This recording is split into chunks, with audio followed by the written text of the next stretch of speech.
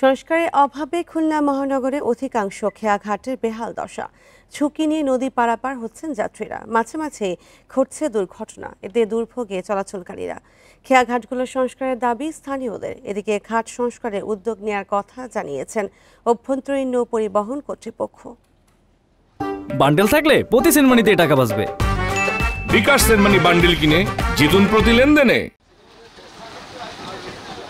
দিঘলিয়া ও রূপসা উপজেলাকে খুলনা নগরী থেকে বিচ্ছিন্ন করেছে ভৈরব রূপসা নদী। শহরের সঙ্গে রূপসা উপজেলার সড়কপথ থাকলেও দিঘলিয়া উপজেলা পুরোপুরি নির্ভরশীল নৌ রুটের উপর।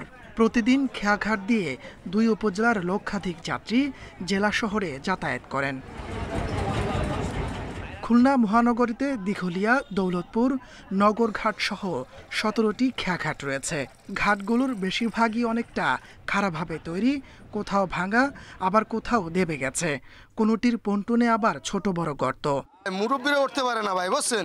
আর এই যেতে নামে যাব, উঠতে গেলে ভাই খুব কষ্ট হয়। যখন সময় পড়ে যাইতে পারে ভাঙাচুরা, আমাদের এই দিকে একটু খেয়াল করা উচিত। সর্বোপরি একটা বিশৃঙ্খল অবস্থা, যে কোনো মুহূর্তে যে কোনো প্রাণহানি ঘটতে পারে। এসব ঘাট দিয়ে ঝুঁকি নিয়ে চলাচল করছেন স্থানীয়রা। মাঝে মধ্যেই ঘটছে ছোট বড় দুর্ঘটনা। এগুলো সংস্কারের দাবি জানিয়েছেন তারা।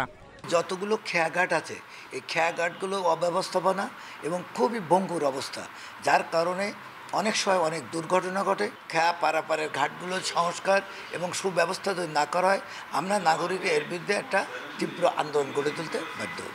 ঘাটগুলোর আধুনিকায়নে কাজ করার কথা জানিয়েছে অভ্যন্তরীণ নৌ পরিবহন কর্তৃপক্ষ। সমস্যাগুলোর সমাধানে কাজ চলছে বলে জানিয়েছে বিআইডব্লিউটিএ। বিআইডব্লিউটিএ যে সমস্ত ঘাট পরিচালনা করে, সেই সমস্ত ঘাট আধুনিকায়নের জন্য অলরেডি আমাদের বিভিন্ন ধরনের স্টাডি চলছে। যাত্রী পারাপারে যে সুবিধা নির্মাণ করা প্রয়োজন, আমরা খুব দ্রুতই সেগুলো করব। চাকরি, ব্যবসা সহ বিভিন্ন প্রয়োজনে প্রায় লক্ষাধিক মানুষ ভৈরব রূপসা নদী পার হয়ে খুলনা শহরে যাতায়াত করেন। Independent news.